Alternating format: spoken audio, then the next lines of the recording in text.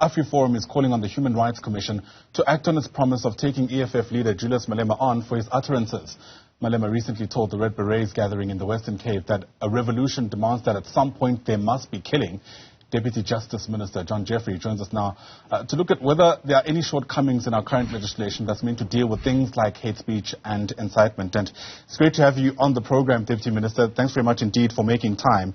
You know, depending who you ask, some people working in the space around hate crimes, such as activists and researchers, will tell you that these kinds of crimes, it almost feels like are on the rise.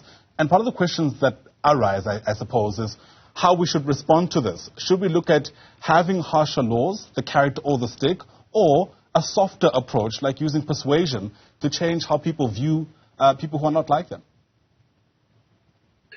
Yeah, and I think the issue would be why not both? Is it one or the other? We've got a bill in Parliament which is being processed by the Justice Portfolio Committee, which provides for hate crimes and hate speech. Hate crimes are crimes that have an underlying offense, murder, rape, assault, but become a hate crime because of the motive, the dislike, the prejudice against the group the victim is perceived to belong to.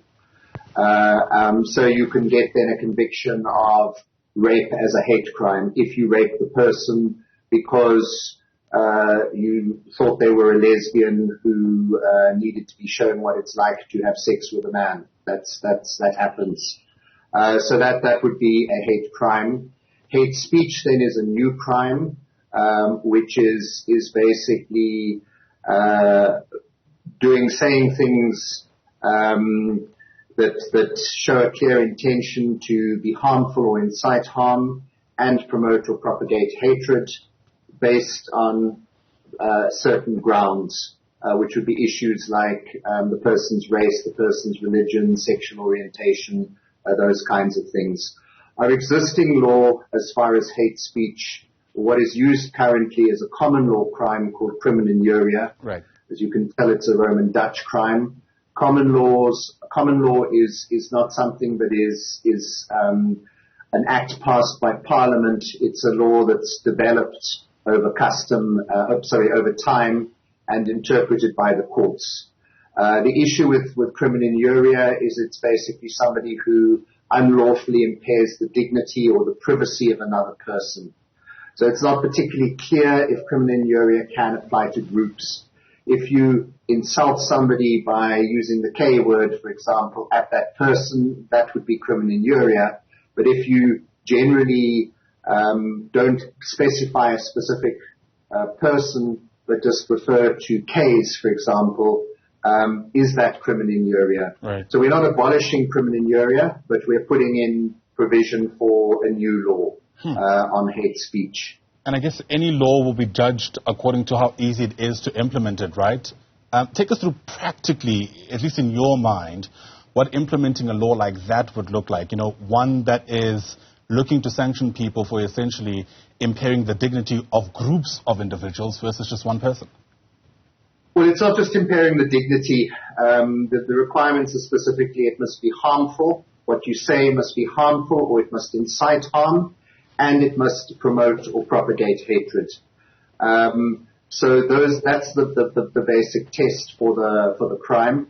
Obviously, it's up to the court to interpret. Well, the prosecution have to lead the evidence. We've made provision that the prosecution has to be authorized by the Director of Public Prosecutions. That is effectively the chief prosecutor for each province. There are 9 directors of public prosecutions. They can delegate it to somebody else, but it's not something that can be decided on by a district court prosecutor that they want to prosecute this particular case. And then they've got to prove it in front of the court.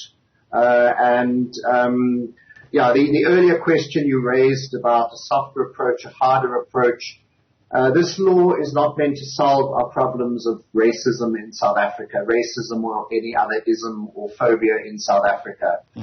We do need programs to promote social cohesion. We do need to convince people in South Africa to accept other people who are different and not to hate them because of that difference. Whether they're migrants, whether they're Muslims, whether they're gay people, let people be who they are. So we've got to promote that.